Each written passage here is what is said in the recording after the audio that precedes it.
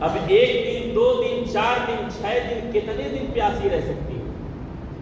خود تو برداشت کر لیتی مگر چھوٹا سا بچہ کیا پیے گا؟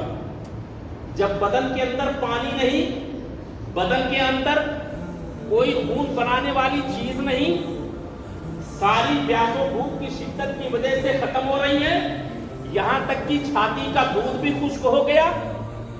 حضرت ابراہیم علیہ السلام کی زبان سوکھنے لگی۔ جب حضرت ہاجرہ نے دیکھا کہ میرا بیٹا پیاس کی شدت میں میرے چھاتی کا دودھ سوکھ گیا، اب کریں تو کیا کریں؟ تب دیکھا حضرت ہاجرہ نے پہاڑیوں پر چکر لگانا شروع کر دیا۔ قرآن پاک میں اللہ تبارک و تعالیٰ ارشاد فرماتا ہے ان الصفا والمروہ من شعائر اللہ، صفا اور مروہ پر حاجی لوگ 7 بار سعی کرتے ہیں، 7 بار چکر لگاتے ہیں۔ کیوں لگاتے ہیں؟ یہ حج کے ارکان میں سے کیوں لگاتے ہیں؟ کسی نے کہا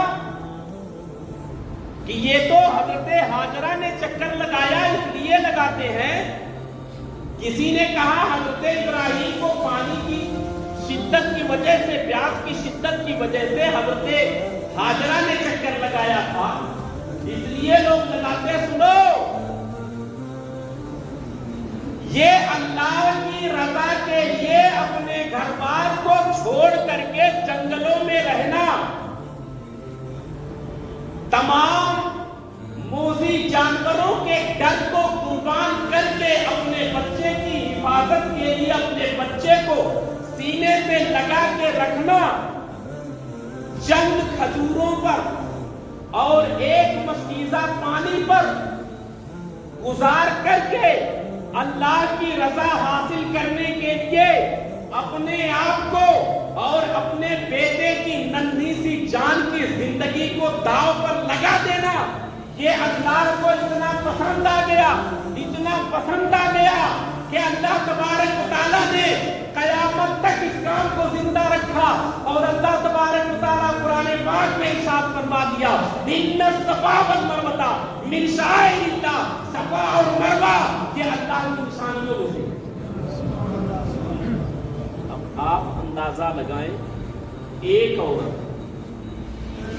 اعتماد والی، عقیدت و محبت والی، سچے یقین والی، ایمان والی، اگر ایک عورت اللہ کی محبت میں اس انداز میں رب کو راضی کر لیتی ہے تو اللہ تبارک و تعالیٰ اتنا راضی ہو جاتا ہے، قیامت تک اس کے اقوال کو زندہ رکھا۔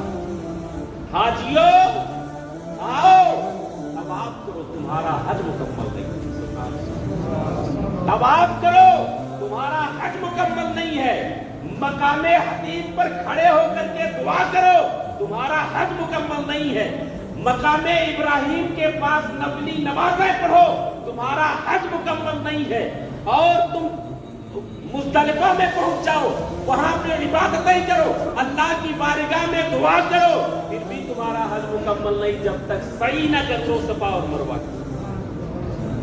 صفا اور مروہ کی جب تک سعی نہ کرو گے تب تک تمہارا حج مکمل نہیں کیا جائے گا۔ کیوں؟ کیونکہ میری بندی نے، اللہ تبارک و تعالیٰ ارشاد فرماتا ہے، میری بندی نے اعتماد کے ساتھ اپنی اور اپنے بچے کی زندگی کو داؤ پہ لگا کر کے وہاں پہ گزارا کیا۔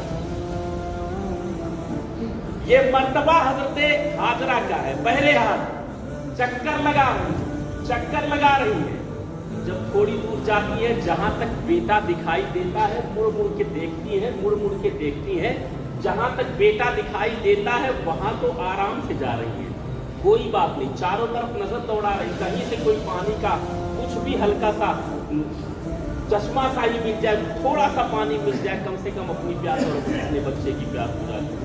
جہاں تک بیٹا دکھائی دیتا ہے آرام سے چل رہی ہے، اور جہاں سے بیٹا دکھائی دینا بند ہو جاتا ہے وہاں دوڑ کے چل رہی ہے۔ تو حاجیوں، جس انداز میں حضرت ہاجرہ نے جہاں پہ آرام سے چل کر کے دکھایا وہاں پہ تجھے آرام سے چلنا ہے، اور جہاں پہ حضرت ہاجرہ دوڑ کے گئی تھی وہاں پہ تجھے دوڑنا بھی ہے۔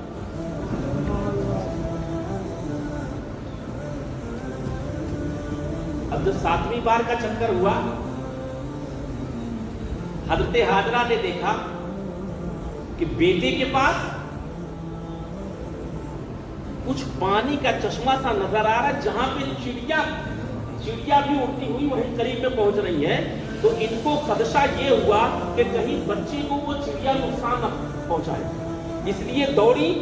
जब जाके देखती है कि वहां पे पानी का चश्मा, और ये वही चश्मा है कि हजरत इस्माइल अलैहिस्सलाम ने अपने एड़ियों की ठोकरों से वो पानी को निकाला था। एड़ियों, अब बच्चा है ना, हाथ पैर मारता है, प्यास की शिद्दत में हाथ पैर मारा, एड़ी रगड़ी गई, चश्मा फूट पड़ा। हजरत इस्माइल अलैहिस्सलाम के पैरों में ये ताकत, हजरत इस्माइल अलैहिस्सलाम के पैरों में ये ताकत अल्लाह ने अता कर दी कि इस्माइल तुम पैर रगड़ो, पानी का चश्मा निकलेगा। और पानी का चश्मा ऐसा पानी का चश्मा नहीं निकलेगा कि तुम प्यास की शिद्दत खाली प्यास बुझा सको, बल्कि आबे ज़मज़म की खासियत ये है कि पानी पीने के लिए प्यास की शिद्दत में पियोगे तो तुम्हारी प्यास बुझाएगा, और भूख की शिद्दत में पियोगे तो तुम्हारी भूख भी मिटाएगा। सुभान अल्लाह। और एक बात और है, अगर एक ड्रम 200 लीटर का पानी रखा हो और उसमें आबे ज़मज़म एक बूंद डाल दो तो सारे का सारा आबे ज़मज़म बन जाता है। सुभान अल्लाह। ये तासीर कहां से? हमने तो सिर्फ ये सोचा ना कि आबे ज़मज़म है, कहां मिला? मकामे हरम में मिला, मस्जिद हरम में मिला, सफा मरवा के पास मिला। जब हम हज करने जाते हैं वहां मिलता है। हमने यही सोचा, अरे सोचो वो पानी है क्या चीज? अरे वो पानी हजरत इस्माइल अलैहिस्सलाम की एड़ियों की बरकत है। वो पानी हजरत इस्माइल की एड़ियों की बरकत है। वो पानी हजरत हाजरा के सब्र का नतीजा है।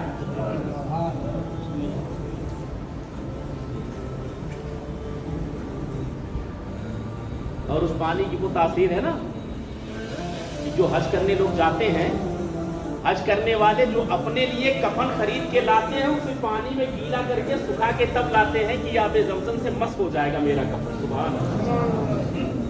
आबे ज़मज़म से मस हो जाएगा। और मैंने यहाँ पे ये भी एक चीज सुनी है कि चंद लोग अपना कफन हाजियों को देते हैं कि ये लेके जाओ, इसमें थोड़ा सा आबे ज़मज़म लगा दिया ताकि आबे ज़मज़म मस हो जाए। आबे ज़मज़म की ये बरकत कहां से आई? सोचा कभी? आबे ज़मज़म की ये बरकत कहां से आई?